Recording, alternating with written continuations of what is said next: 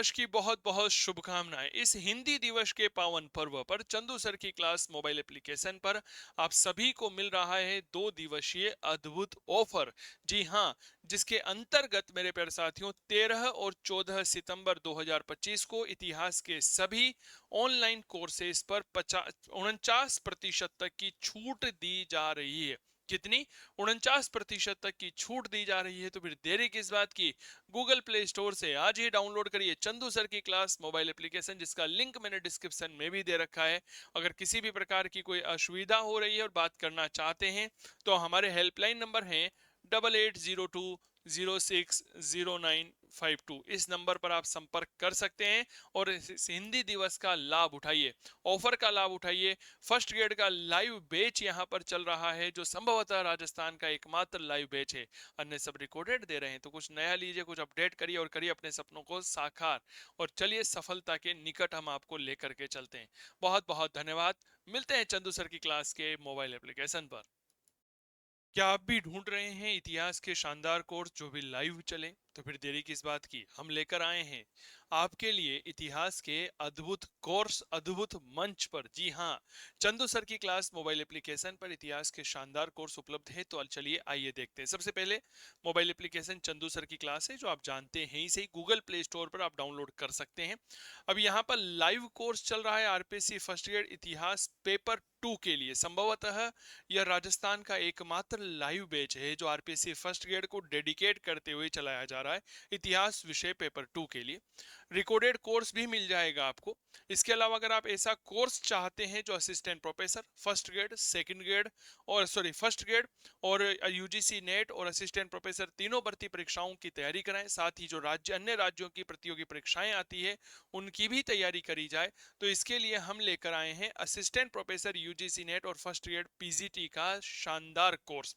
यह foundation course है जो लाइव और रिकॉर्डेड दोनों फॉर्मेट में उपलब्ध है। और जो राज्यों की पीजीटी परीक्षाएं होती है, एलटी ग्रेड की होती है, जैसे यूपी में होती है, ठीक है, जीआईसी की होती है, तो उन सभी भर्ती परीक्षाओं के लिए उपयोगी है। लाइव कोर्स है इतिहास, दर्शन और लेखन का। लाइव और रिकॉर्डेड दोनों कोर्स उपलब्ध है प्राचीन भारत के, इसी प्रकार मध्यकालीन, आधुनिक भारत और विश्व इतिहास के रिकॉर्डेड कोर्स है।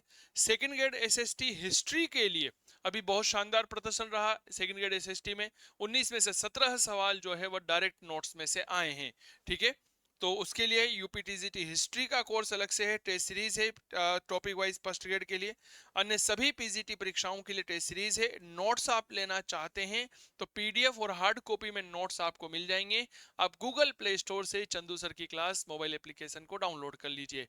और हेल्पलाइन नंबर जो है वह आपके क्या रहने वाले हैं, डेट 8802060952। आप इस हेल्पलाइन नंबर पर संपर्क कर सकते हैं। तो बहुत बहुत धन्यवाद।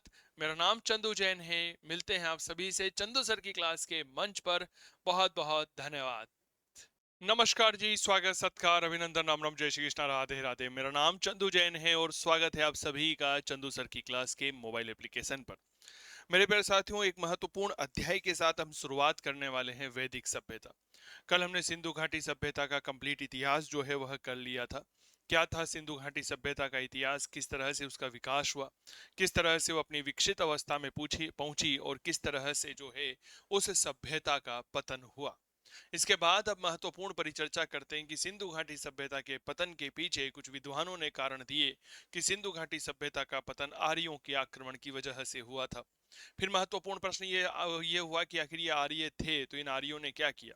इन आर्यों ने भारत में आकर के आर्य सभ्यता का विकास किया, जिसे हम वैदिक सभ्यता भी कहते हैं, ठीक है। चलिए, स्वागत है आप सभी का। मंजू, तेजाराम, लक्ष्मी, धन लक्ष्मी, क्या बात है भाई। हमारे एक विद्यार्थी का नाम लक्ष्मी है और एक का नाम धन लक्ष्मी है। कोटि कोटि वंदन सर। हाँ, आ जाओ। तो मेरे प्यारे साथियों, सबसे पहले आज हम एक टॉपिक यहाँ पर जो शुरू करने जा रहे हैं, बहुत अच्छे से समझिएगा। वो है वैदिक सभ्यता। वैदिक सभ्यता का निर्माण आर्यों ने किया था, इसीलिए इसे आर्य सभ्यता भी कहते हैं। क्या कहते हैं? आर्य सभ्यता के नाम से भी हम इसे जानते हैं। क्या ये बात क्लियर हो गई?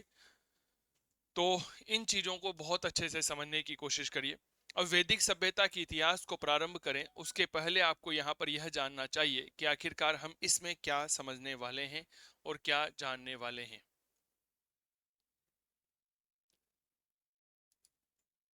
चलिए, हमारे बीच में भारती जी हैं। गुड मॉर्निंग मैम, स्वागत। हेलो।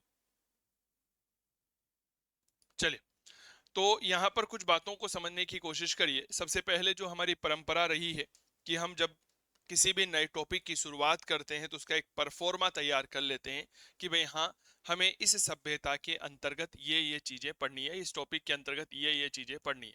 जैसे सबसे पहले हम यहाँ पर पढ़ेंगे परिचय, कि आखिरकार वैदिक सभ्यता क्या है, व्हाट इज द वैदिक सिविलाइजेशन। क्लियर हो गई।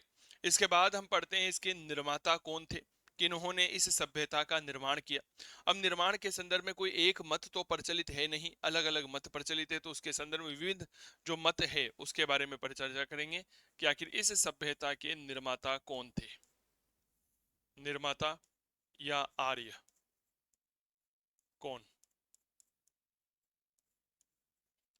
थे, और इसके परिप्रेक्ष्य में जो विभिन्न प्रकार के मत बन रहे हैं उनके बारे में देखिएगा।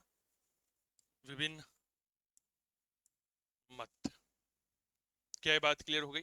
इसके बाद हम आर्यों के बारे में जानकारी लेकर के देखेंगे कि हमारे भारतीय इतिहास में यह सभ्यता कब से कब तक रही थी, इसका कालक्रम क्या था,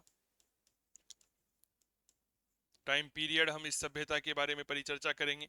टाइम पीरियड पढ़ने के बाद में हम इनकी प्रशासनिक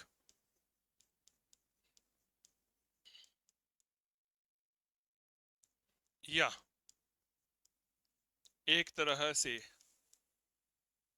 राजनीतिक स्थिति के बारे में बात करेंगे। राजनीतिक स्थिति पढ़ने के बाद में हम बहुत अच्छे से बात करेंगे यहाँ की सामाजिक स्थिति, धार्मिक स्थिति, आर्थिक स्थिति।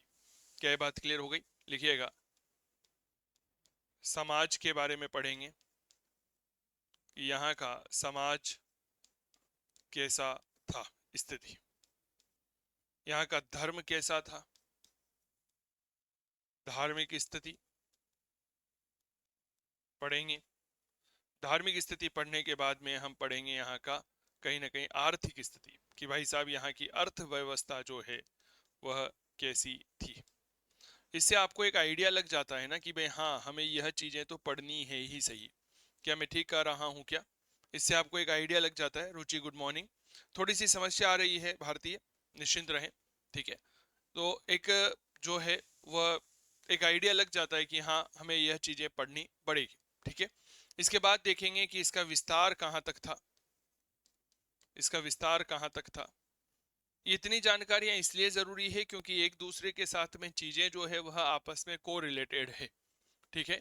इसके बाद हम आपको बताएंगे वैदिक साहित्य के बारे में, व्हाट इज द वैदिक लिटरेचर। अब वैदिक साहित्य चार प्रकार का होता है, जिनमें सबसे पहले आता है वेद, ठीक है। वेदों का सरल अनुवाद कहलाता है ब्राह्मण ग्रंथ। अरे क्या ये बात क्लियर हो गई। इसके बाद कुछ रहस्यात्मक विषयों का ज्ञान हमें प्राप्त होता है आरण्यक ग्रंथों से। कहाँ से प्राप्त होता है, आरण्यक ग्रंथों से प्रारंभ होता है। और फिर होता है मेरे प्यारे साथियों उपनिषद। उपनिषद क्या होता है, उपनिषद। क्लियर हो गई। इनको हम पढ़ेंगे। इसके बाद में मैंने आपके लिए यहाँ पर तैयार की है कुछ अन्य चीजें। अन्य, अब साहब इस अन्य में क्या पढ़ा जाता है। अन्य में जैसे मान लीजिए कई बार हमारी परीक्षा में यज्ञ से जुड़ा हुआ कोई सवाल पूछ लिया जाता है, आश्रम व्यवस्था से सवाल पूछ लिया जाता है। यज्ञ हो गया, आश्रम व्यवस्था हो गई, आश्रम व्यवस्था हो गई। 2015 में विवाह से लेकर के एक सवाल पूछा गया था, तो विवाह संस्कार हो गए, नहीं सॉरी, संस्कार पढ़ेंगे। 16 संस्कार, संस्कारों से लेकर एक सवाल पूछा गया था, संस्कार क्या होते हैं, तो व्यक्ति के परिष्कार संबंधी अनुष्ठान होते हैं।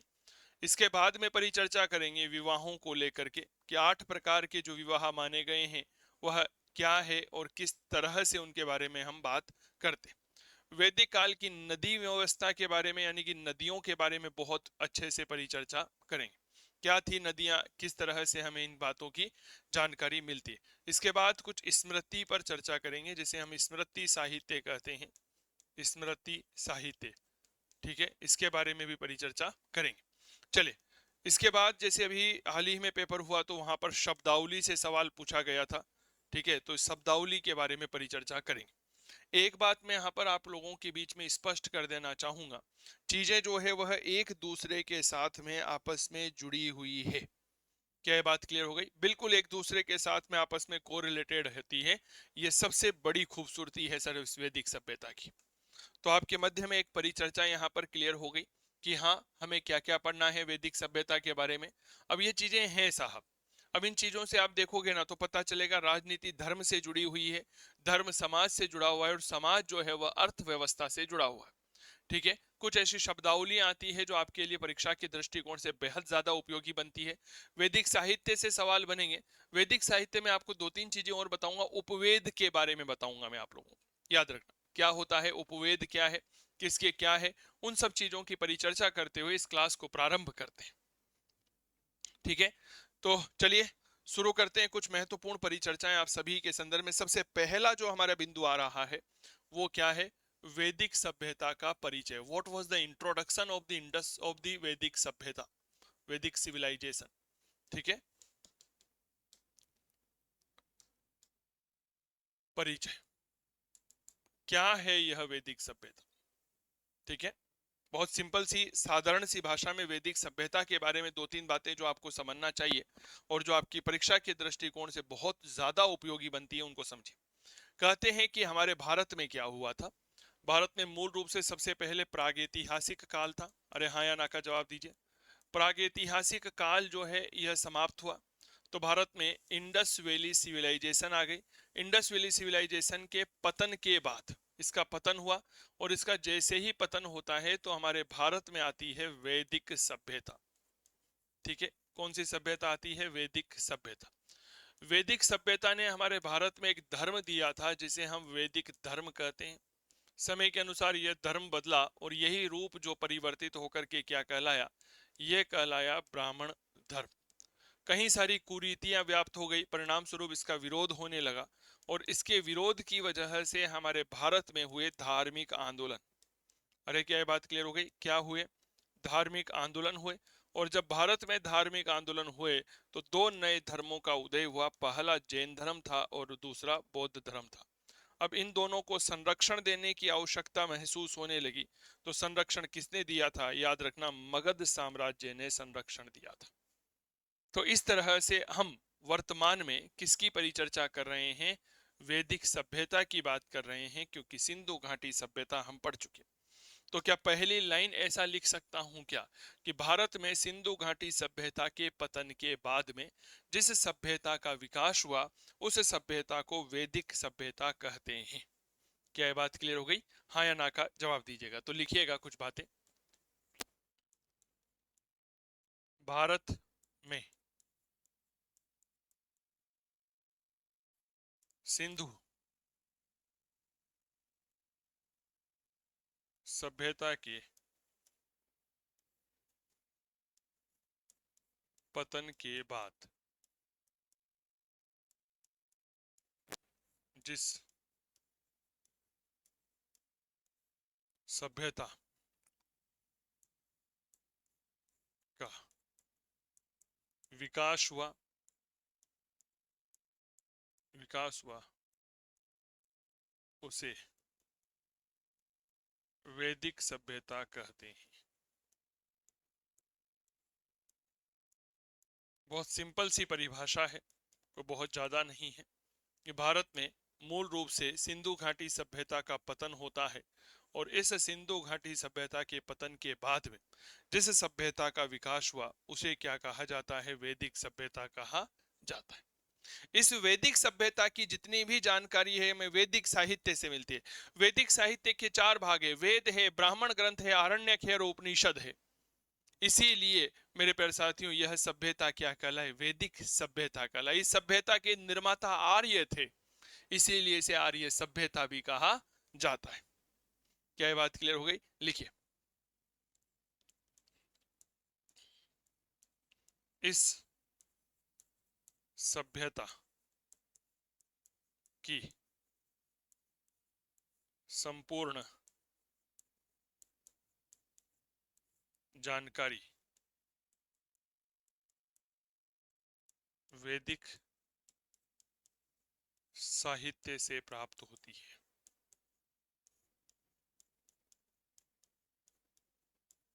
ठीक है, वैदिक साहित्य से प्राप्त होती है। अगली लाइन लिखिएगा, इस सभ्यता के निर्माता, इस सभ्यता के निर्माता आर्य थे,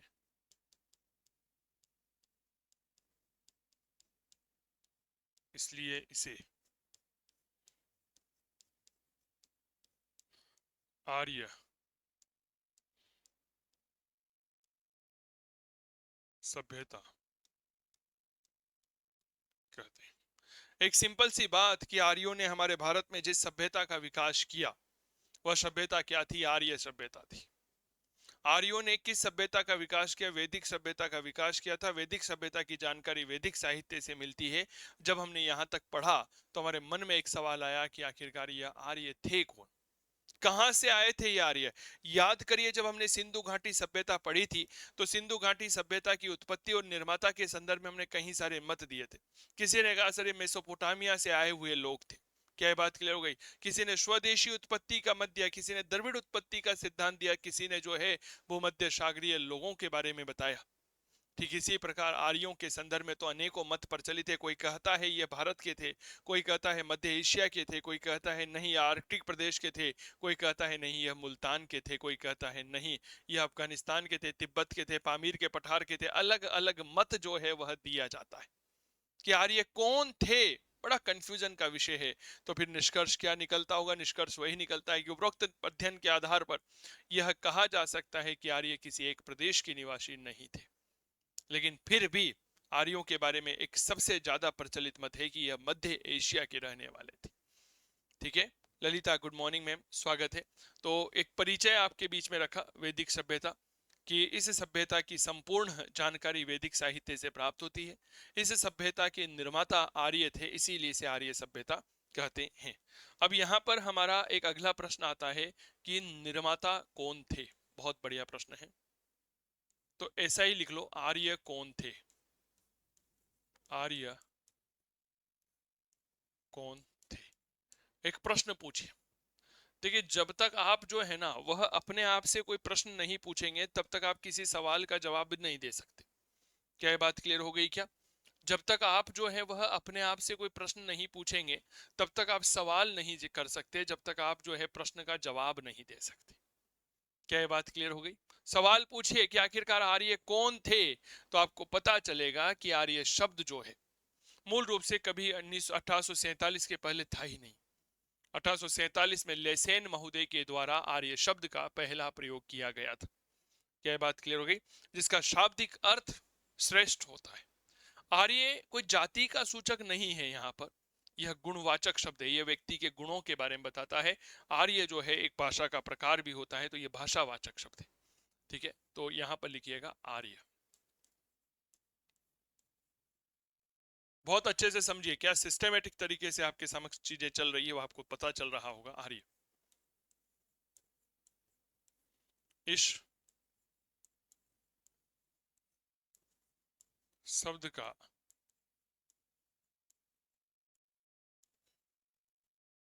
प्रथम प्रयोग 1847 ईस्वी में लेसेन महोदय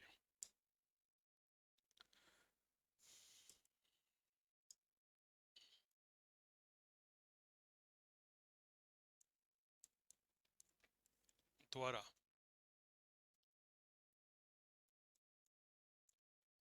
किया गया।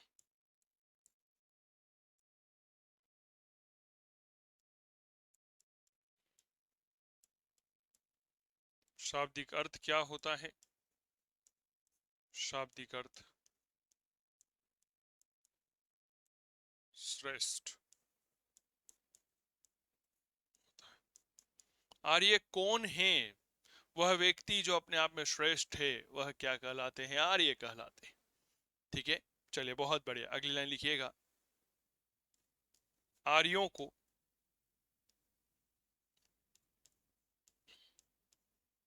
आर्य, सबसे पहले आर्य जातिवाचक शब्द नहीं है।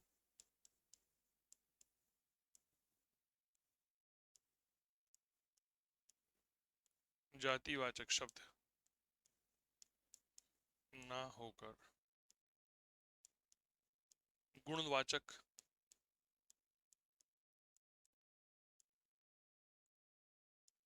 व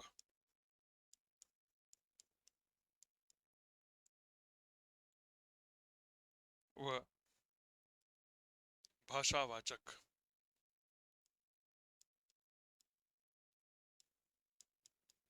शब्द है। यह कोई जातिवाचक शब्द नहीं है। ये कौन सा शब्द है? यह गुणवाचक और भाषावाचक शब्द है। अब एक प्रश्न पूछा जाता है जो अक्सर परीक्षाओं में आता है कि आर्यों को क्या लिपि का ज्ञान था? नहीं, आर्यों को लिपि का कोई ज्ञान नहीं था। इन्होंने फिर वैदिक साहित्य की रचना कैसे की? आपके मन में यह प्रश्न आ रहा होगा। आर्यों ने मूल रूप से वैदिक साहित्य की जो रचना है ना, वह श्रुति साहित्य के रूप में की थी। यानी कि एक अपने गुरु ने अपने शिष्य को सुनाई, फिर उस शिष्य ने अपने शिष्य को सुनाई, तो यह परंपरा चली आ रही थी। इसीलिए वैदिक साहित्य को श्रुति साहित्य भी कहते हैं। क्या ये बात क्लियर हो गई? अर्थात इन्हें लिपि का ज्ञान नहीं था। एक लाइन लिखिएगा। थोड़ा सा क्या है, मुझे लगता है ना कि ये सिस्टमेटिक चीज नहीं है, जातिवाचक शब्द ना हो करके।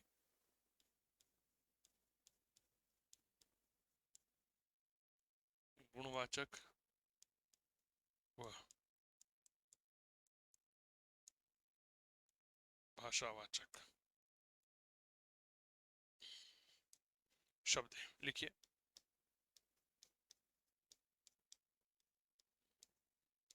आर्यों को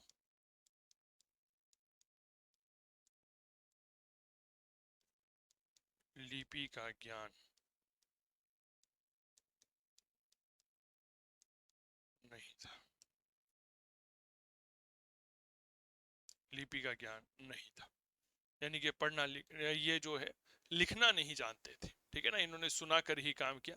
ऋग्वेद में आर्य शब्द जो है वह 36 बार आया है। लिखो, ऋग्वेद में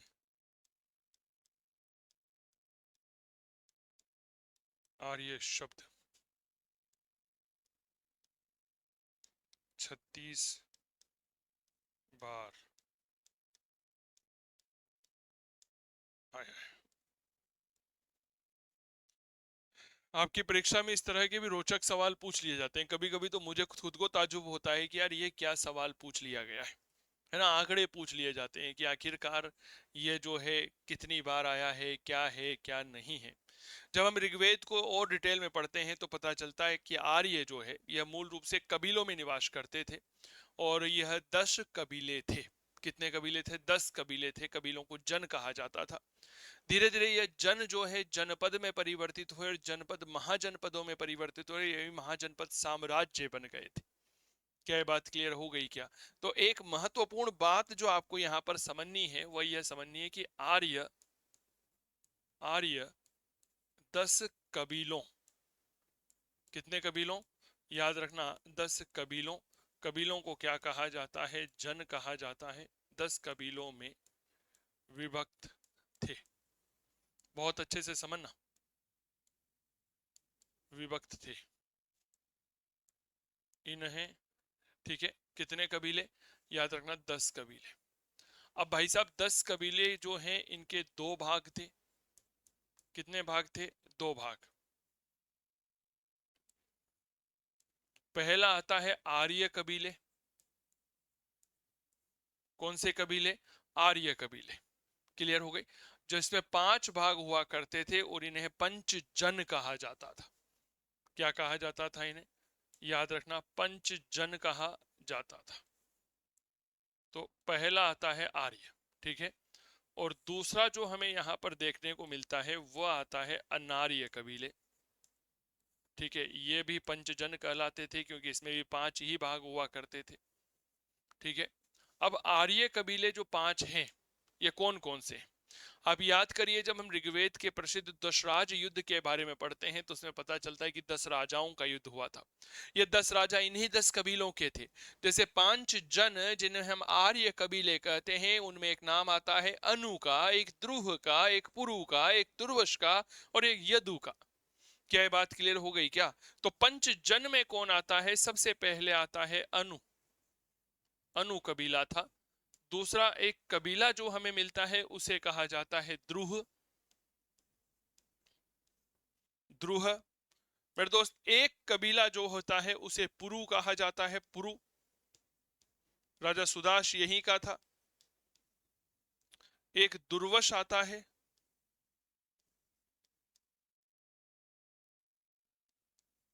दुर्वश आता है। और मेरे तुर्वस दुर्वस, वैसे तो तुर्वस होता है, तुर्वस।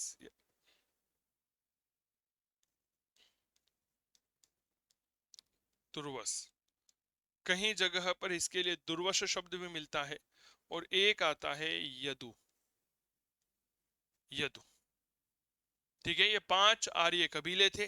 5 अनार्य कबीले भी थे जो आर्यों की तुलना में कम श्रेष्ठ थे। उनका नाम अलीना, पख्त, भलासन, भलानस, शिवी और विशानिन आता है। ठीक है, तो 5 अनार्य कबीले कौन कौन से थे? याद रखना भैया, अनीला, पख्त। ये वो चीजें हैं जो आपके एग्जाम में डायरेक्ट हिट होती है। क्या मैं ठीक कर रहा हूं क्या? हाँ या ना का जवाब दीजिए। एक होता है भलानस, एक होता है मेरे दोस्त शिवी, और एक होता है विशानन। ठीक है, तो ये चीजें थोड़ा सा याद रखना। लिखिए विशानिन।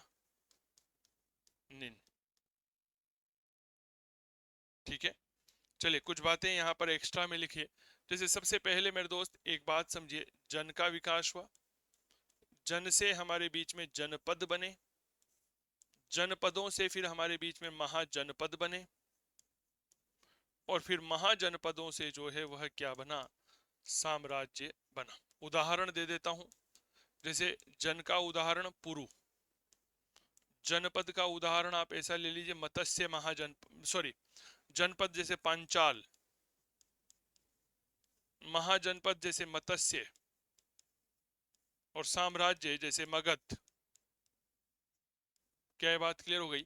अब जैसे इनमें जनसंख्या जो है वह हो गई 10, इनमें जनसंख्या बढ़ करके हो जाती थी 100, इनमें जनसंख्या बढ़ करके 1000, और इनमें तो प्लस प्लस प्लस बढ़ती ही चली जाती थी। तो ये होता था हमारे इतिहास में, आर्य सभ्यता में, सब प्रशासनिक विभाजन। ये समझ में आ गई क्या? कि सबसे पहले जन का विकास हुआ, फिर उसके बाद जनपद आया, फिर महाजनपद आया, और फिर साम्राज्य हमें यहाँ पर देखने को मिलता है।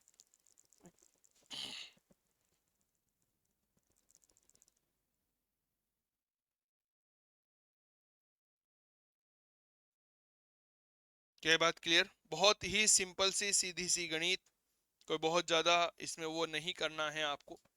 ये वो चीजें हैं जो आपकी परीक्षा में अक्सर पूछी जाती है। 5 आर्य कबीले थे, अनु, ध्रुव, पुरु और तुर्वश और यदु। 5 अनार्य कबीले, अनीला, पख्त, भलानस, सिवी और मेरे दोस्त विशानिन। ठीक है, सबसे पहले जन का विकास हुआ, फिर जनपद का हुआ, फिर महाजनपद का हुआ, फिर साम्राज्य का विकास हुआ। ये एक तरह से प्रशासनिक विकास का क्रम है। अब आपके मन में एक सवाल आ रहा होगा, सर ये आर्य कौन थे जिन्होंने इतनी बड़ी सभ्यता बना दी? हमने देखा कि वैदिक सभ्यता का निर्माण हुआ, ये हुआ, फलाना हुआ, आखिरकार ये आर्य थे कौन? है ना, आपके मन में एक प्रश्न आ रहा होगा। तो यहां पर देखिएगा कि आर्य जो है जिनके बारे में हम परिचर्चा कर रहे हैं, तो ये पता चला कि अब आर्य आए कहां से थे। हमारे भारत में तो बहुत शांतिपूर्ण सभ्यता चल रही थी, सिंधु घाटी सभ्यता। अचानक से जो है, अनेक इतिहासकार कहते हैं कि पुरंदर नाम का एक राजा था जो इंद्र के समान था, जो दुर्गों को तोड़ने वाला था। उसने सिंधु घाटी सभ्यता के दुर्गीकृत क्षेत्र को तोड़ करके सिंधु सभ्यता का विनाश कर दिया और भारत में वैदिक सभ्यता की नींव रख दी। तो आखिरकार इतने शक्तिशाली आर्य थे कहां से? ठीक है, तो एक लाइन लिखिए, आर्य कहां से आए थे? आर्य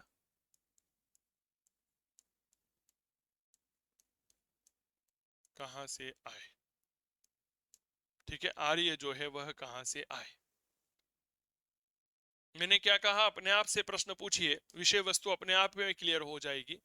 तो इसके संदर्भ में कई सारे मत जो है वह प्रचलन में है। आर्यों के भारत आगमन, आर्य कहां से आए थे, आर्य कहां से आए थे, इस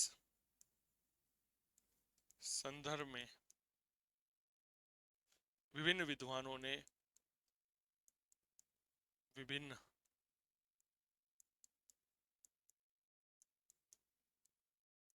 विद्वानों ने अनेक मत दिए। जैसे अब कौन कौन से मत दिए हैं, थोड़ा सा यह आपको समझना चाहिए। जैसे सबसे पहले अगर मैं बात करता हूं तो सबसे लोकप्रिय जो मत माना जाता है वो मैक्स मूलर का और ब्रेड स्टीन का मत माना जाता है। इन्होंने कहा कि आर्य जो है वो मध्य एशिया के बैक्टीरिया के रहने वाले थे। अब आप पूछोगे बैक्टीरिया कहां पर है, बैक्टीरिया की पहचान वर्तमान में एक स्थान है कजाकिस्तान। कजाकिस्तान के पास में यूराल पर्वत है, यूराल के पर्वत के दक्षिण में स्टेप्स का मैदान है, वहां से की गई है और ये सबसे ज्यादा मान्य मत है। अभी थोड़ी देर बाद में आपको एक नक्शा बताऊंगा मैं आप लोगों को। क्या ये बात क्लियर हो गई? शायद उस नक्शे के माध्यम से कई सारी चीजें जो है वह आपकी क्लियर हो जाएगी। तो सबसे पहले एक मत लिखिएगा, डेट इज मैक्स मूलर, वह वह ब्रेड स्टीन।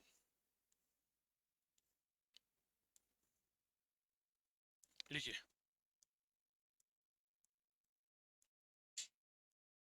इनके अनुसार मैक्स मूलर ने क्या कहा, आर्य कहां से आए थे? इनके अनुसार आर्य मध्य एशिया के बैक्टीरिया क्षेत्र के रहने वाले थे, क्षेत्र के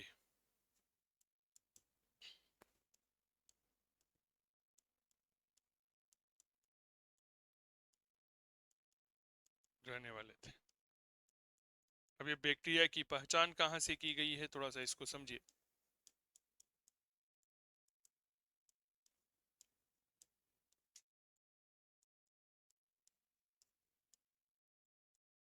की पहचान वर्तमान कजाकिस्तान, वर्तमान कजाकिस्तान के, कजाकिस्तान में जो यूराल पर्वत है ना, ठीक है, कजाकिस्तान के यूराल पर्वत के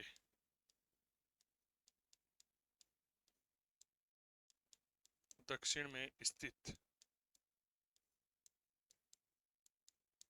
स्टेप्स के मैदान से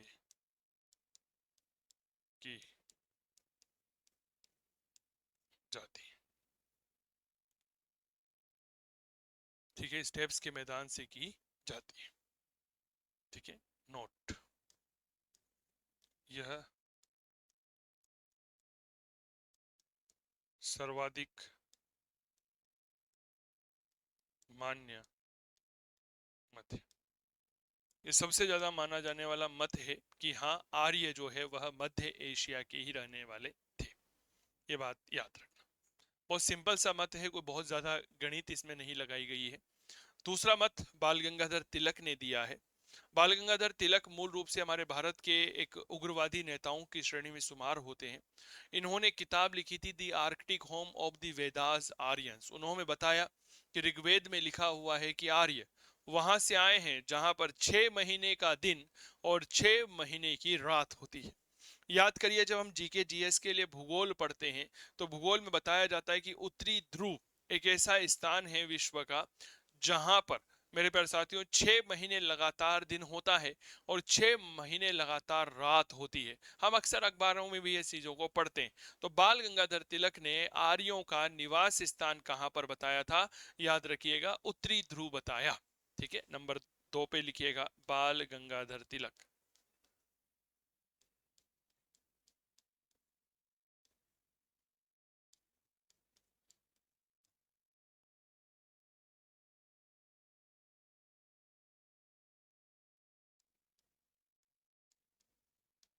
आर्य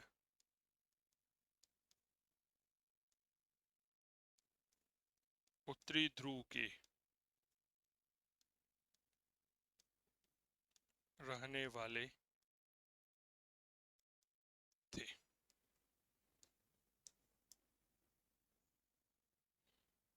ठीक है, चलिए।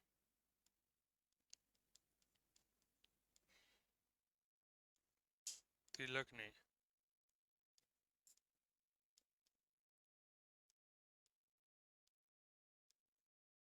अपनी रचना, इनकी बहुत प्रसिद्ध रचना का नाम क्या है?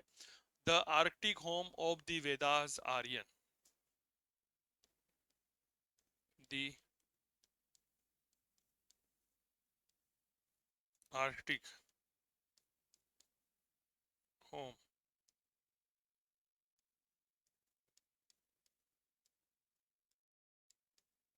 Of the Vedas Aryans.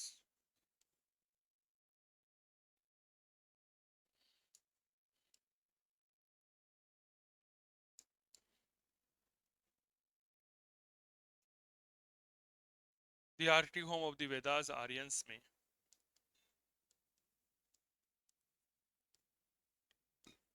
लिखा कि, क्या लिखा? ऋग्वेद का हवाला दिया इन्होंने कि ऋग्वेद में लिखा है कि, लिखा है कि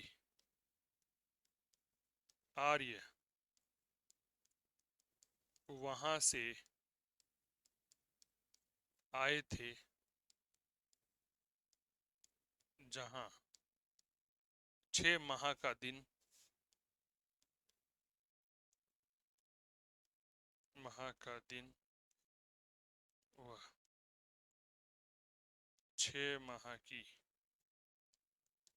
रात होती है। आर्य वहां से आए हैं जहां 6 महीने का दिन होता है और 6 महीने की रात होती है।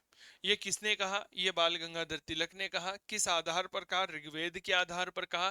किसमें कहा? The Arctic home of the Vedas Aryans में कहा था कि आर्य जो है ये कहां से आए थे? उत्तरी ध्रुव के रहने वाले थे।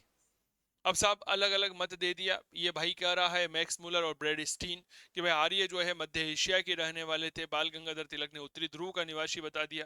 भाई साहब मामला कहीं जमा नहीं। तो हमारे भारत के दो प्रसिद्ध इतिहासकार आए, डॉक्टर अविनाश चंद्र दास और डॉक्टर संपूर्णानंद। उन्होंने कहा सुनो, आर्य जो है ये ना तो कहां से थे? स्टेप्स के मैदानों से थे, और ना उत्तरी ध्रुव के थे, तो सप्त सैंधव प्रदेश से आए थे साहब। क्या ये बात क्लियर? यानी कि वह स्थान जहां पर सिंधु और उसकी सहायक नदियां चिनाब, रावी, व्यास, सतलज बहती है, उस स्थान से आए थे। यानी कि भारत और पाकिस्तान का क्षेत्र था, तो ये तो यहीं के लेने वाले थे। क्या ये बात क्लियर हो गई? तो लिखिएगा नंबर 3 पे, हिंदी दिवस की बहुत बहुत शुभकामनाएं। इस हिंदी दिवस के पावन पर्व पर चंदू सर की क्लास मोबाइल एप्लीकेशन पर आप सभी को मिल रहा है 2 दिवसीय अद्भुत ऑफर। जी हां, जिसके अंतर्गत मेरे प्यारे साथियों 13 और 14 सितंबर 2025 को इतिहास के सभी ऑनलाइन कोर्सेज पर 49% तक की छूट दी जा रही है। कितनी? 49% तक की छूट दी जा रही है। तो फिर देरी किस बात की? गूगल प्ले स्टोर से आज ही डाउनलोड करिए चंदू सर की क्लास मोबाइल एप्लीकेशन, जिसका लिंक मैंने डिस्क्रिप्शन में भी दे रखा है।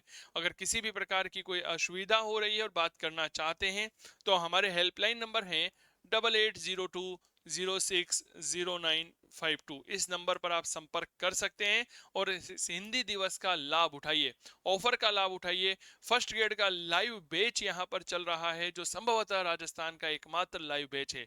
अन्य सब रिकॉर्डेड दे रहे हैं, तो कुछ नया लीजिए, कुछ अपडेट करिए और करिए अपने सपनों को साकार। और चलिए सफलता के निकट हम आपको लेकर के चलते हैं।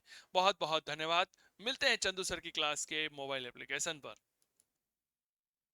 क्या आप भी ढूंढ रहे हैं इतिहास के शानदार कोर्स जो भी लाइव चले? तो फिर देरी किस बात की, हम लेकर आए हैं आपके लिए इतिहास के अद्भुत कोर्स अद्भुत मंच पर। जी हाँ, चंदू सर की क्लास मोबाइल एप्लीकेशन पर इतिहास के शानदार कोर्स उपलब्ध है। तो चलिए आइए देखते हैं। सबसे पहले मोबाइल एप्लीकेशन चंदू सर की क्लास है जो आप जानते हैं ही सही, गूगल प्ले स्टोर पर आप डाउनलोड कर सकते हैं।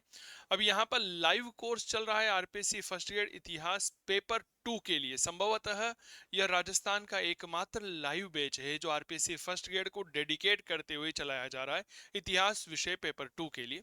रिकॉर्डेड कोर्स भी मिल जाएगा आपको।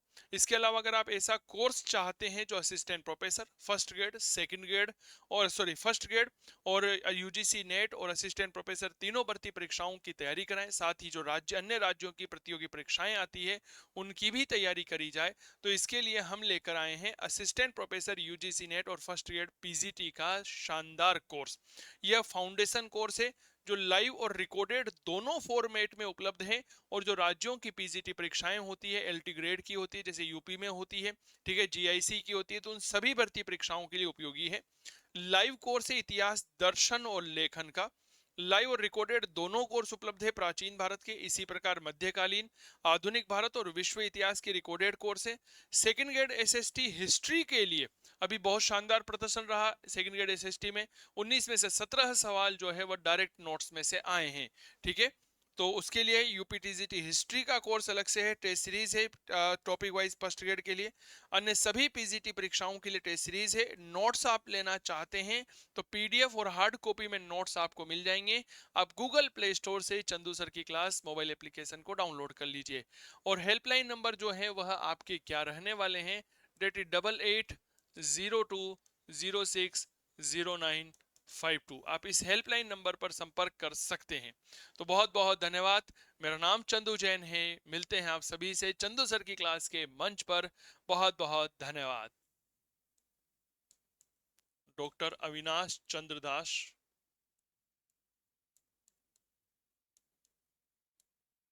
अविनाश चंद्र दास व डॉक्टर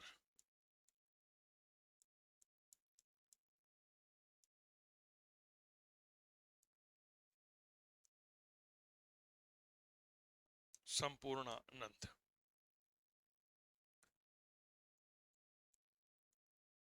लिखिए आर्य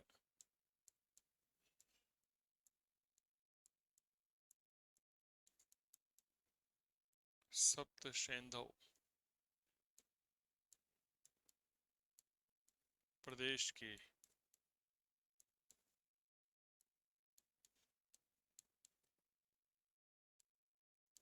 निवासी थे।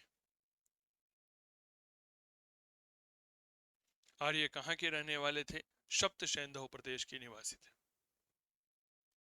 लिखिए ऋग्वेद में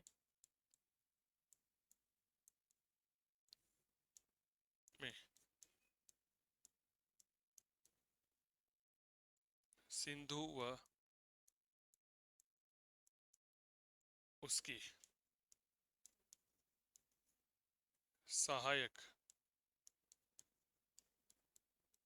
नदियों द्वारा सिंचित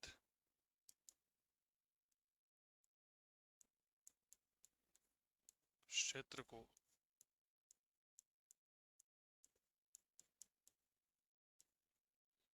सप्तशेंधव प्रदेश या देवकृत योनि कहा गया है। देवकृत योनि कहा। सप्तशेंधव प्रदेश या देवकृत योनि? बहुत सिंपल सा प्रश्न है कि वह स्थान जहां पर सतलज, चिनाब, रावी, व्यास और सिंधु अर्थात सिंधु और उसकी सहायक नदियां बहती है, ऋग्वेद में भी इसका उल्लेख है। और इस संपूर्ण क्षेत्र को क्या कहा गया है? सप्त सैंधव प्रदेश, यानी कि सात सैंधव यानी कि नदियों का क्षेत्र है। और देवकृत योनि कहा गया, यानी कि संपूर्ण देवताओं का जो है वह उत्पत्ति इसी स्थान से हुई है। तो ये क्या हो जाता है? तो याद रखना, यह मूल रूप से भारत, लिखिए भारत व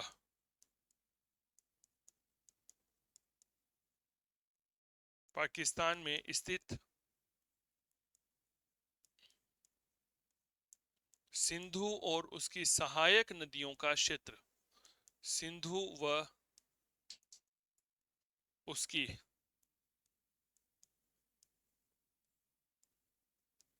सहायक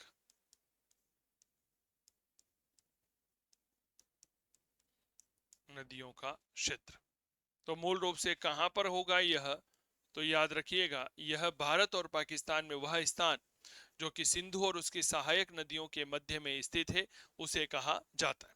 अब साहब, ये फिर मामला उल्टा सुल्टा पड़ गया कि यार ये कैसे हो सकता है, ये भारत के बाहर कैसे जा सकते हैं? तो भारत के ही होंगे, ठीक है। तो मेरे दोस्त हमारे डॉक्टर गंगाधान झा साहब आए। गंगाधान झा साहब ने कहा कि आर्य जो है यह ब्रह्मव्रत या ब्रह्म ऋषि प्रदेश जो है वहां के रहने वाले थे, ठीक है। तो नंबर 4 पे लिखिएगा, डॉक्टर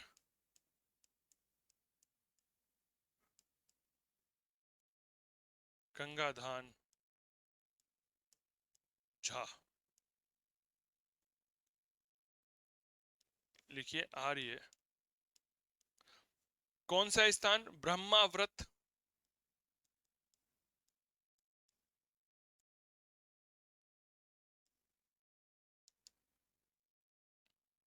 या ब्रह्म ऋषि क्षेत्र के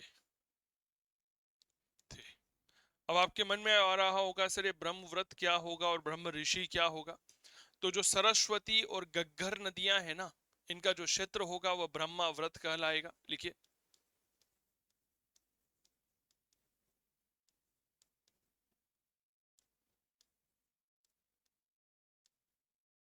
गग्गर नदी क्षेत्र। फिर ये ब्रह्म ऋषि क्या कहलाएगा? तो ब्रह्म ऋषि कहलाता है गंगा यमुना का क्षेत्र, ठीक है। कभी पढ़ा है आपने ये सब चीजें? हाँ या ना का जवाब दीजिए। और यहीं से सवाल पूछा जाता है, गंगा यमुना का, ठीक है। अब यहीं पर आपको एक स्थान और बता देता हूं, ये तो हो गया ब्रह्माव्रत। एक जगह आती है जिसे हम ब्रह्मव्रत कहते हैं, अलग है, एक ही है, अलग है सर। ये है कुरुक्षेत्र। ये वही कुरुक्षेत्र है जहां पर महाभारत का प्रसिद्ध युद्ध लड़ा गया था। और ये वही कुरुक्षेत्र है जहां पर भगवान कृष्ण ने अर्जुन को भगवत गीता का पाठ किया दिया था। तो वही क्या कहलाता है? ब्रह्मव्रत। मेरे साथ एक बार सभी प्यारे साथी बोलेंगे, ब्रह्मव्रत क्या है? यह कुरुक्षेत्र का क्षेत्र है। ब्रह्माव्रत क्या है? सरस्वती और घग्गर नदी का क्षेत्र है। और ब्रह्म ऋषि क्या है? याद रखिएगा, यह गंगा यमुना का दोहाब है।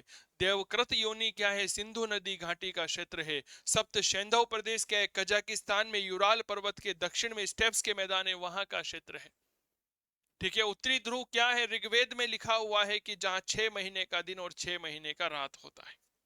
क्या ये बात क्लियर हो गई क्या? अब साहब, कई सारे इतिहासकारों ने इस बात को नजरअंदाज कर दिया कि भाई साहब आर्य भारत के थे ही नहीं, उनके तो चिड़ मिचती थी। वो गाना आता है ना, मिर्ची लगी तो मैं क्या करूं।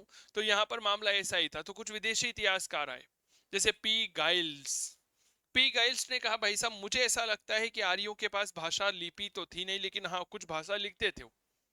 तो इसीलिए हंगरी और डेन्यूब नदी घाटी क्षेत्र का निवासी था।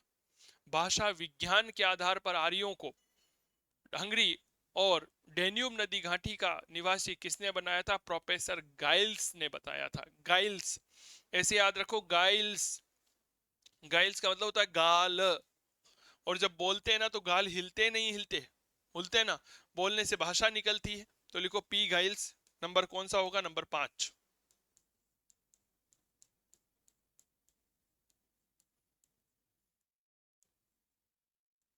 P Giles.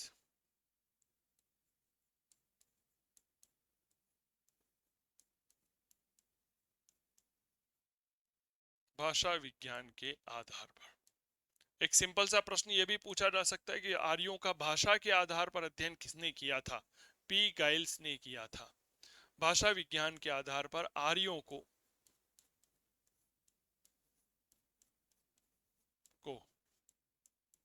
हंगरी व डेन्यूब नदी घाटी क्षेत्र का निवासी बताया। आर्य कहाँ के थे? तो याद रखना, हंगरी और डेन्यूब नदी घाटी क्षेत्र के निवासी थे।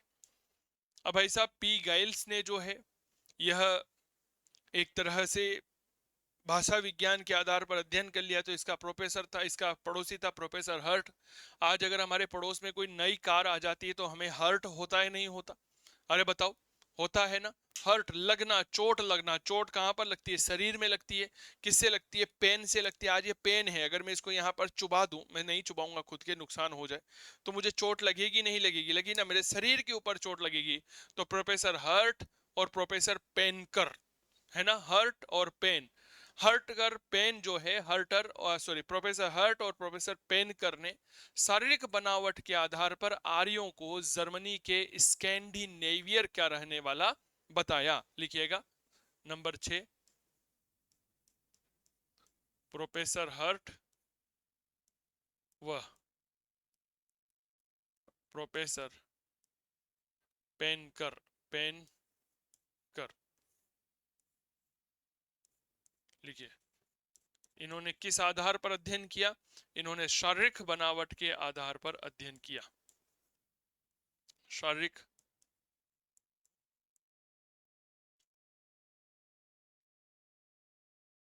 बनावट के आधार पर आर्यों को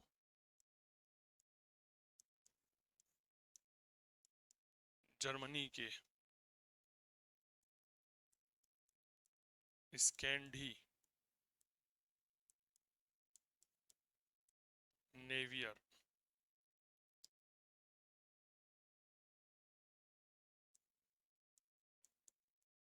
क्षेत्र का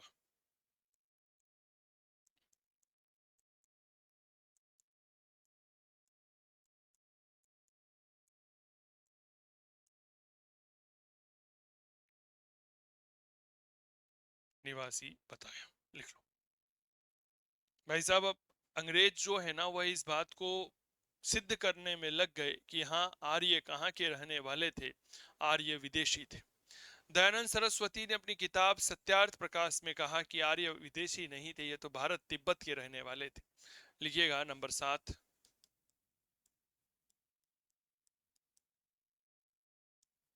दयानंद सरस्वती।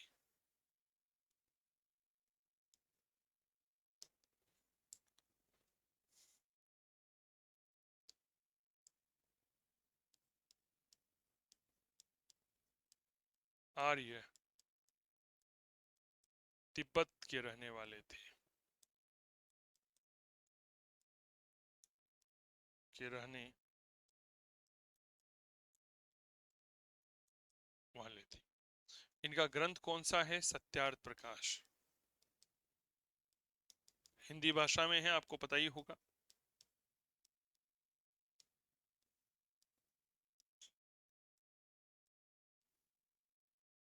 सत्यार्थ प्रकाश, ठीक है।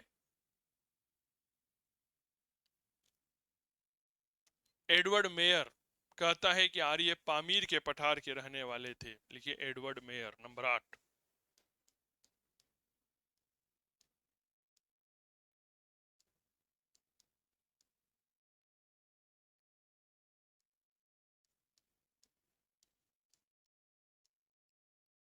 आर्य पामीर के पठार, दुनिया की छत कहा जाता है पामीर के पठार को पामीर के पठार के रहने वाले थे के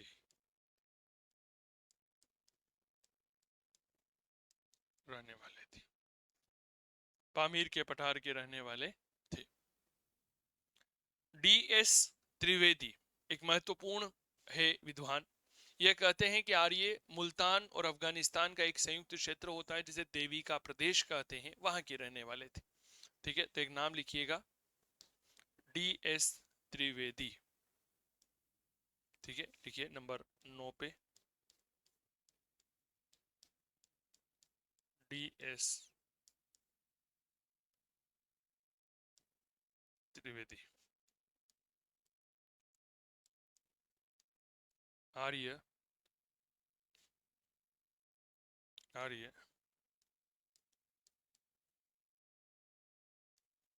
मुल्तान व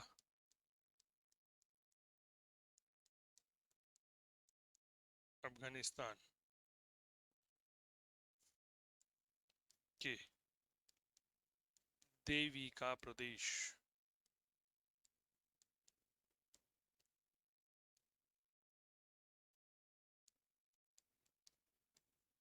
के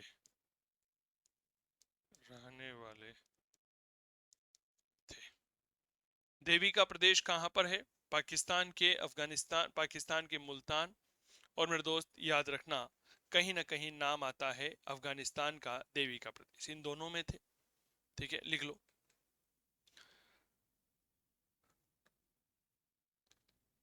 एक भगवान दास गिडवानी हुए, बहुत प्रसिद्ध इतिहासकार है, बहुत प्रसिद्ध पुरातत्ववेत्ता थे। इन्होंने आर्य सभ्यता के ऊपर बहुत अध्ययन किया। इन्होंने किताब लिखी रिटर्न ऑफ द आर्यस, यानी कि आर्यों का आगमन। ठीक है, उसमें ये बताते हैं कि आर्य कौन थे। आर्य भारतीय थे। लिखिए भगवान दास गिडवाणी, नंबर 10।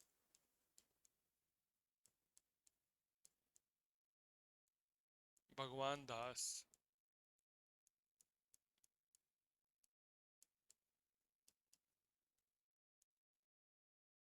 गिडवाणी, इन्होंने आर्य भारतीय थे। सिंपल लाइन लिखो, आर्य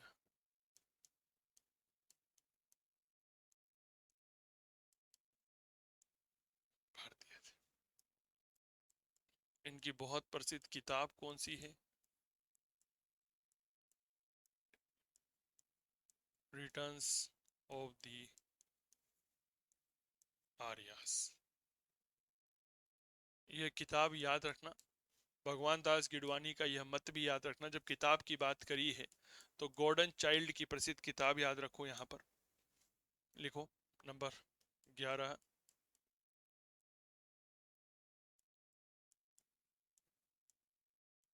चाइल्ड की बुक।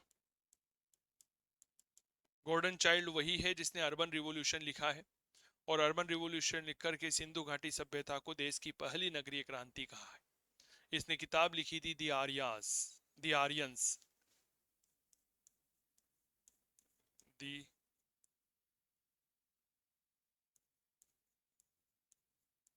आर्यंस। ठीक है, चलिए इसके बाद सबसे लोकप्रिय मत, जो सबसे ज्यादा परिचर्चा का विषय भी रहता है, यह रहता है कि आर्य जो है वह कौन थे। वह सिंधु घाटी सभ्यता के ही लोग थे। यानी कि एक ऐसा मत जिसके बारे में कहा जाता है कि सिंधु सभ्यता और वैदिक सभ्यता दोनों एक ही थी, और दोनों का निर्माण आर्यों ने किया था जो भारतीय थे। यह मत दिया था प्रोफेसर भगवान सिंह और VS वाकणकर महोदय। VS वाकणकर का मतलब होता है विष्णु श्रीधर वाकणकर महोदय, जो भीमबेटका की गुफाओं से जुड़े हुए हैं। लिखिएगा प्रोफेसर भगवान सिंह, प्रोफेसर भगवान सिंह। भगवान दास गिडवानी अलग है और प्रोफेसर भगवान सिंह अलग है, और VS वाकणकर।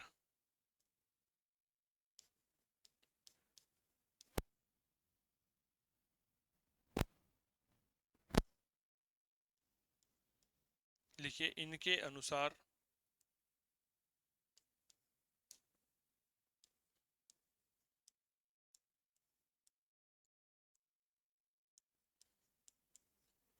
अनुसार अनुसार सिंधु सभ्यता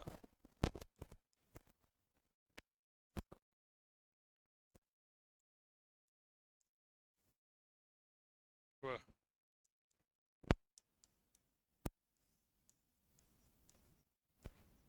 वैदिक सभ्यता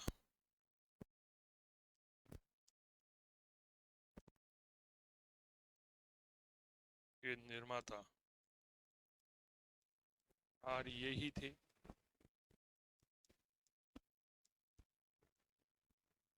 जो भारतीय। अब यहां पर आप ना प्रश्न का प्रारूप एक बार समझने की कोशिश करो जो आपकी परीक्षा में आएगा। भारत के वह इतिहासकार जिन्होंने कहा है कि सिंधु सभ्यता और वैदिक सभ्यता के निर्माता एक ही थे और वह आर्य थे और वह भारतीय थे।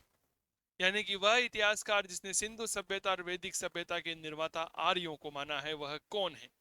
तो भैया वो है भगवान सिंह और वो है प्रोफेसर वी.एस. वाकणकर महोदय। क्या ये बात क्लियर हो गई? आराम से लिख लो, जल्दबाजी नहीं है।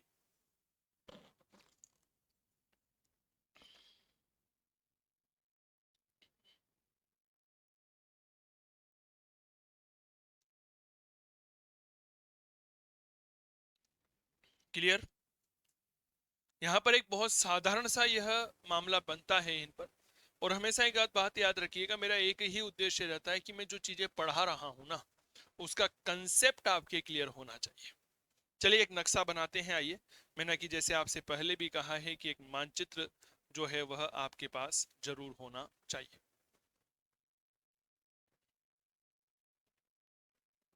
तो मैं मान के चलता हूं कि हाँ आप जो हैं वह अपने पास इस समय मानचित्र रखते होंगे।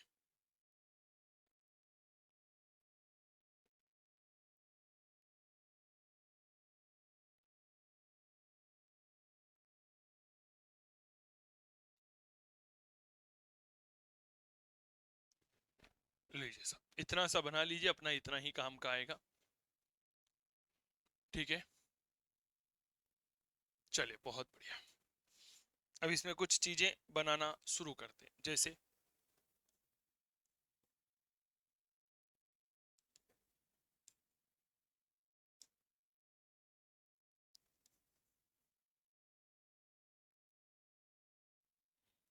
ये क्या है? ये है हिमालय।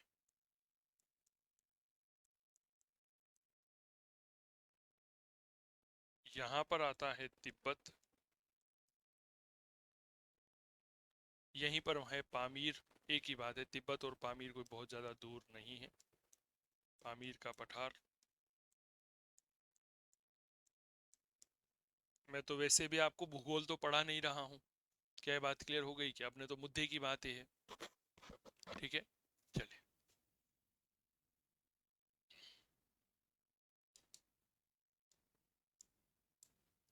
ये जो अफगानिस्तान और मुल्तान वाला जो इलाका होता है ना, सिंधु वाला क्षेत्र, ये वाला,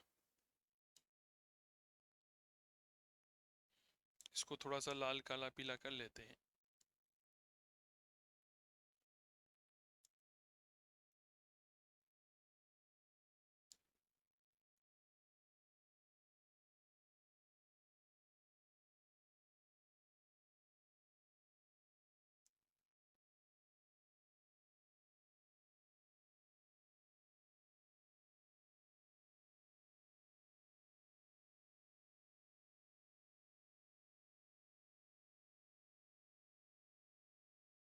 आप भी डेकोरेट तो कर ही लीजिए। कहीं सारी चीजें जो है वह इससे क्लियर होने की संभावनाएं हैं। संभावना क्या होगी, क्यों नहीं होगी भाई? अपने ऊपर रखिए पूरा विश्वास, हम होंगे कामयाब। बचपन में कविता नहीं बोलते थे, हम होंगे कामयाब, हम होंगे कामयाब एक दिन। लीजिए, ठीक है।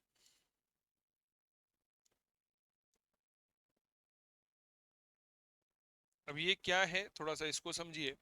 तो मेरे दोस्त, यह वह क्षेत्र है जिसे मैं शब्द शेंदो प्रदेश कहता हूँ। ठीक है, सिंधु और उसकी सहायक नदियों का एक निवास स्थान बोला जा सकता है इसे। लिखिए,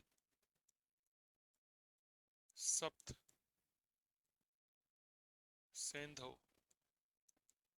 प्रदेश। ये क्या है? आर्यों का मूल निवास स्थान, आर्यों का मूल निवास स्थान। ठीक है, यहां पर आप थोड़ा सा आगे बढ़िएगा तो ये वाला जो इलाका होता है ये कहलाता है देवी का प्रदेश। ये क्या कहलाता है? डेट्स कॉल्ड देवी का प्रदेश। अब सबके पास मानचित्र है? एक बार मुझे बताइए, मानचित्र है ना? होना भी चाहिए। नहीं हो तो मैंने आपसे पहले कहा है मेरे प्यारे साथियों कि अपने पास 8-10 भारत के मानचित्र रखो। ठीक है, 8-10 भारत के मानचित्र आपके पास होने चाहिए। देवी का प्रदेश मुल्तान और अफगानिस्तान का जो क्षेत्र होता है वो वाला, मुल्तान प्लस अफगानिस्तान, लिख लो। ठीक है, ये मध्य एशिया, तो ये क्या है? इट्स अ यूराल पर्वत, मध्य एशिया में है यह। और यूराल पर्वत के दक्षिण ये वाला स्थान, इट्स कॉल्ड बैक्टीरिया, लिख लो।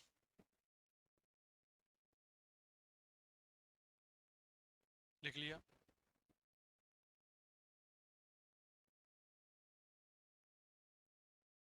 चलिए, ये वाला जो स्थान है यहाँ पर इसको ब्रह्मव्रत कहा जाता है।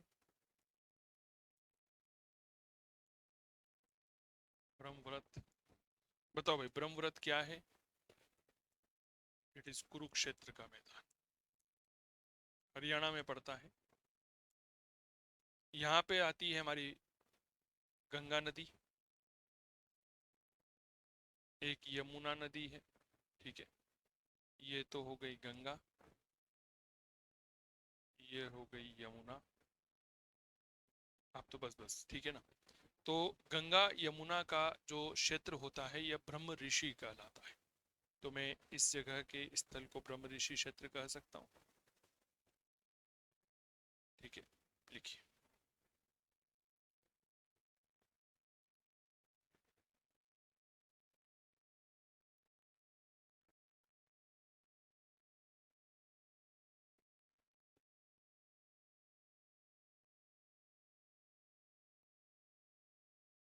ब्रह्म ऋषि,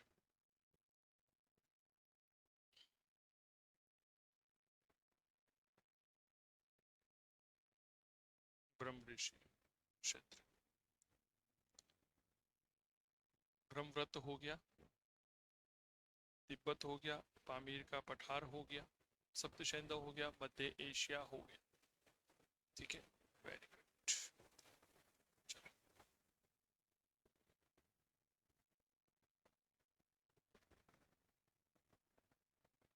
एक हमारा ब्रह्मव्रत क्षेत्र आता है जो मूल रूप से अरावली हो गया, आपके सरस्वती नदियां हो गया, इनके आसपास का भूभाग माना जाता है, जो सामान्य तौर पर राजस्थान में होता है यहाँ पर।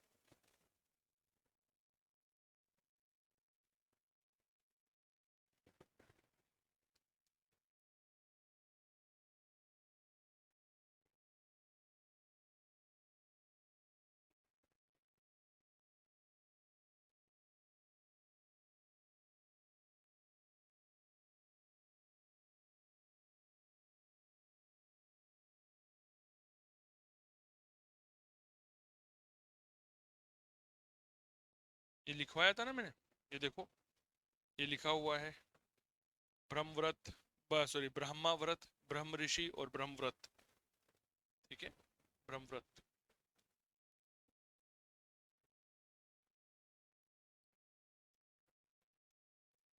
देखिए, अरावली व सरस्वती का क्षेत्र इन राजस्थान। ब्रह्म ऋषि प्रदेश आप लिख ही चुके थे, कोई बात नहीं, को दूसरा दोबारा लिख लो। गंगा यमुना का क्षेत्र। अच्छा, आप लोगों ने जब आप स्कूल में होंगे तो आपने एक बहुत अच्छा से एक वो सुना होगा ना कि हम आर्याव्रत के रहने वाले हैं, यानी कि भारत जो है वह क्या है, आर्याव्रत है। आखिरकार वह आर्याव्रत होता क्या था? तो आर्याव्रत जो है वो ये वाला हिस्सा हुआ करता था, ये वाला लिख लो। आर्याव्रत जो है वह क्या होता था?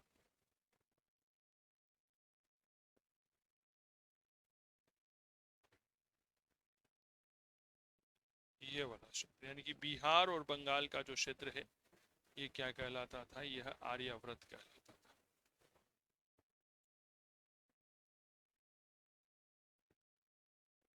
ये क्या कहलाता था? आर्यावर्त। बिहार व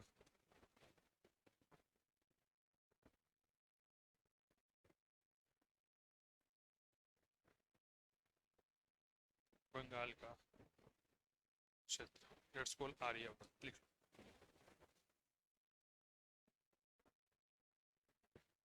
चीजें समझ में आ रही है ना?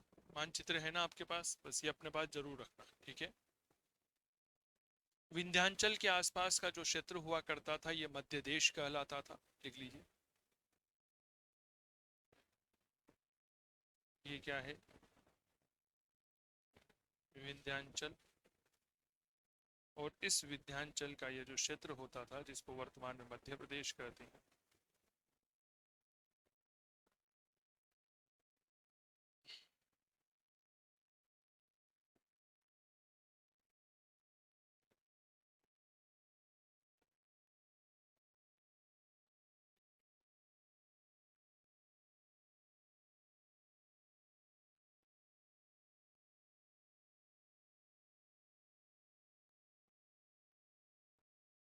मध्य देश। अच्छा, हिमालय को क्या कहा जाता था पता है? मुंजवत पर्वत। मुंजवत पर्वत, हिमालय। ठीक है, लिखो।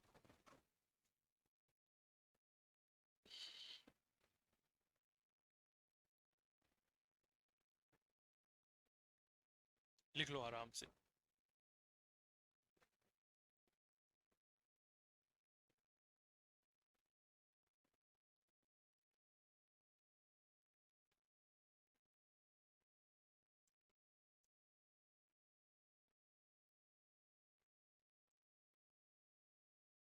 लिख लो।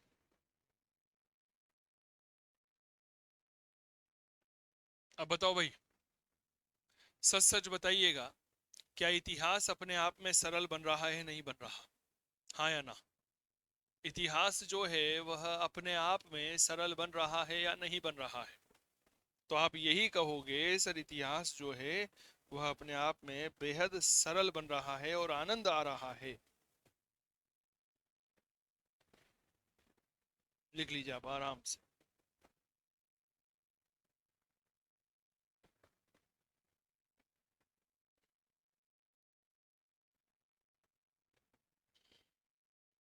आर्यों का मूल निवास स्थान था यह। सप्तशेंदो प्रदेश का क्षेत्र नजर आ रहा है, यह मध्य एशिया है, यूराल पर्वत का दक्षिण। देवी का प्रदेश मुल्तान अफगानिस्तान। ब्रह्माव्रत है अरावली सरस्वती का क्षेत्र। यमुना और गंगा का जो क्षेत्र है यह ब्रह्म ऋषि है, गंगा यमुना का क्षेत्र। भारत में आर्याव्रत बिहार बंगाल का क्षेत्र, विंध्याचल का मध्य देश है, ठीक है। ब्रह्मव्रत क्षेत्र कुरुक्षेत्र है। हिमालय को मुंजवत कहा जाता था। यह तिब्बत और पामीर का पठार आपको नजर आ रहा होगा, ठीक है। तो चलिए,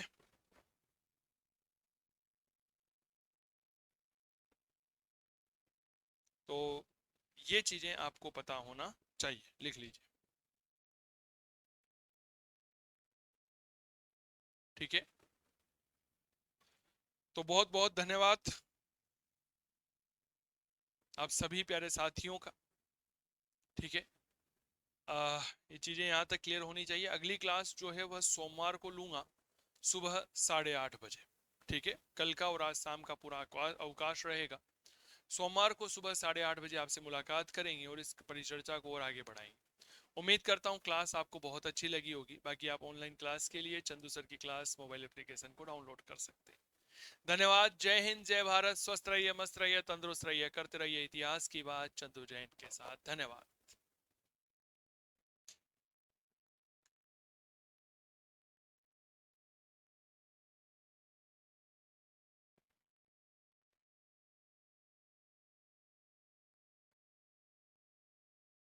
क्या आप भी ढूंढ रहे हैं इतिहास के शानदार कोर्स जो भी लाइव चले? तो फिर देरी किस बात की, हम लेकर आए हैं आपके लिए इतिहास के अद्भुत कोर्स, अद्भुत मंच पर। जी हाँ, चंदू सर की क्लास मोबाइल एप्लीकेशन पर इतिहास के शानदार कोर्स उपलब्ध है। तो चलिए आइए देखते हैं। सबसे पहले मोबाइल एप्लीकेशन चंदू सर की क्लास है, जो आप जानते हैं ही सही, गूगल प्ले स्टोर पर आप डाउनलोड कर सकते हैं।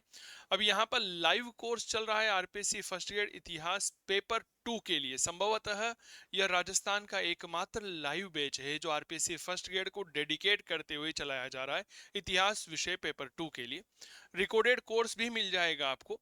इसके अलावा अगर आप ऐसा कोर्स चाहते हैं जो assistant professor first grade, second grade और फर्स्ट ग्रेड और यूजीसी नेट और असिस्टेंट प्रोफेसर तीनों भर्ती परीक्षाओं की तैयारी कराएं, साथ ही जो अन्य राज्यों की प्रतियोगी परीक्षाएं आती है उनकी भी तैयारी करी जाए, तो इसके लिए हम लेकर आए हैं असिस्टेंट प्रोफेसर यूजीसी नेट और फर्स्ट ग्रेड पीजीटी का शानदार कोर्स।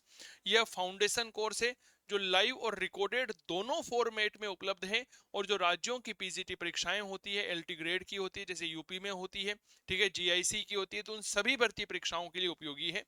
लाइव कोर्स है इतिहास, दर्शन और लेखन का। लाइव और रिकॉर्डेड दोनों कोर्स उपलब्ध है प्राचीन भारत के, इसी प्रकार मध्यकालीन, आधुनिक भारत और विश्व इतिहास के रिकॉर्डेड कोर्स है। सेकंड ग्रेड एसएसटी हिस्ट्री के लिए अभी बहुत शानदार प्रदर्शन रहा सेकंड ग्रेड एसएसटी में। 19 में से 17 सवाल जो है वो डायरेक्ट नोट्स में से आए हैं। ठीक है, तो उसके लिए यूपीटीजीटी हिस्ट्री का कोर्स अलग से है, टेस्ट सीरीज है टॉपिक वाइज फर्स्ट ग्रेड के लिए। अन्य सभी पीजीटी परीक्षाओं के लिए टेस्ट सीरीज है। नोट्स आप लेना चाहते हैं तो पीडीएफ और हार्ड कॉपी में नोट्स आपको मिल जाएंगे। आप गूगल प्ले स्टोर से चंदू सर की क्लास मोबाइल एप्लीकेशन को डाउनलोड कर लीजिए।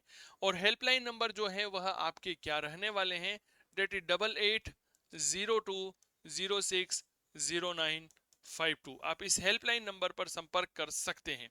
तो बहुत बहुत धन्यवाद। मेरा नाम चंदू जैन है। मिलते हैं आप सभी से चंदू सर की क्लास के मंच पर।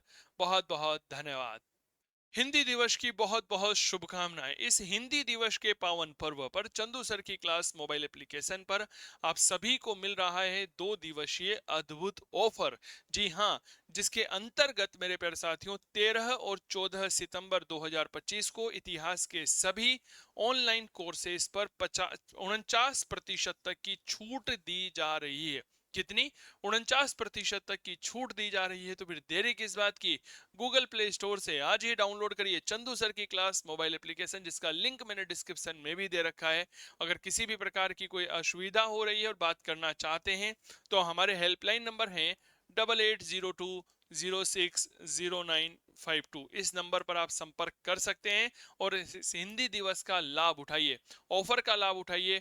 फर्स्ट ग्रेड का लाइव बैच यहाँ पर चल रहा है जो संभवतः राजस्थान का एकमात्र लाइव बैच है। अन्य सब रिकॉर्डेड दे रहे हैं, तो कुछ नया लीजिए, कुछ अपडेट करिए और करिए अपने सपनों को साकार।